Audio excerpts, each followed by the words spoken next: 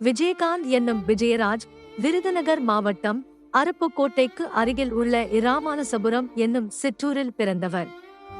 சிறுவயதிலேயே அவரது குடும்பம் மதுரைக்கு இடம்பெயர்ந்தது. இதனால் விஜயகாந்த் மதுரையில் வளர்ந்தார். சிறுவயதிலேயே சினிமா மீது கொண்ட மோகத்தால் படிப்பில் ஆர்வம் காட்டவில்லை. தன் தந்தையின் மேற்பார்வையில் இயங்கிய அரிசி ஆலையில் விஜயகாந்த் தனது 11 வயதில் சிறு சிறு பணிகளை செய்து வந்தார். திரைப்படத்தில் நடிக்கும் நோக்கத்தோடு சென்னைக்கு வந்தார். தொடர் முயற்சிக்கு பின்னர் 1978ஆம் ஆண்டிலிருந்து தமிழ் திரைப்படங்களில் நடிக்கத் தொடங்கிய இவர் தமிழ்நாட்டின் முன்னணி நடிகர்களுள் ஒருவராக இருந்தார். இவர் இதுவரை 156 படங்களில் நடித்திருக்கிறார். 1991ஆம் ஆண்டில் விஜயகாந்த் நடித்த கேப்டன் பிரபாகரன் என்னும் படம் 100வது படமாக வெளிவந்து வெற்றியை ஈட்டித் தந்தது.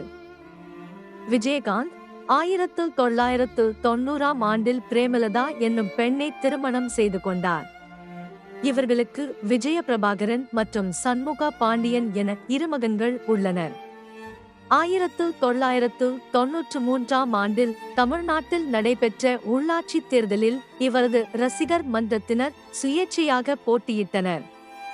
அவர்களில் பலர் வெற்றி பெற்றனர். இப்பின்புலத்தில் விஜயகாந்த் தானும் அரசியலில் ஈடுபடும் எண்ணங்கொண்டார். அதனை அவ்வப்பொழுது வெளியிட்டும் வந்தார். 2005ஆம் ஆண்டு தேசிய முற்போக்கு திராவிடக் கழகம் என்ற பெயரில் புதிய அரசியல் கட்சி ஒன்றை தொடங்கினார். 2006ஆம் ஆண்டு தமிழ்நாடு மாநில சட்டமன்ற தேர்தலில் விருத்தாச்சலம் தொகுதியிலிருந்து வெற்றி பெற்று தமிழக சட்டப்பேரவை உறுப்பினராக பணியாற்றினார். பின்னர் 2011ஆம் ஆண்டு நடந்த சட்டமன்ற தேர்தலில் இரிஷிவந்தியம் தொகுதியில் போட்டியிட்டு வெற்றி பெற்றார். இத்தேர்தலில் அவரது கட்சிக்கு எதிர்க்கட்சி தகுதி கிடைத்தது. 2011ஆம் ஆண்டு முதல் 2016ஆம் ஆண்டு வரை தமிழ்நாடு சட்ட மன்ற உறுப்பினராகவும் எதிர்க்கட்சி தலைவராகவும் இருந்தார். பின்னர் 2016ஆம் ஆண்டு நடந்த சட்டமன்ற தேர்தலில் மக்கள் நல கூட்டணியுடன் இணைந்து தேர்தலை சந்தித்தார்.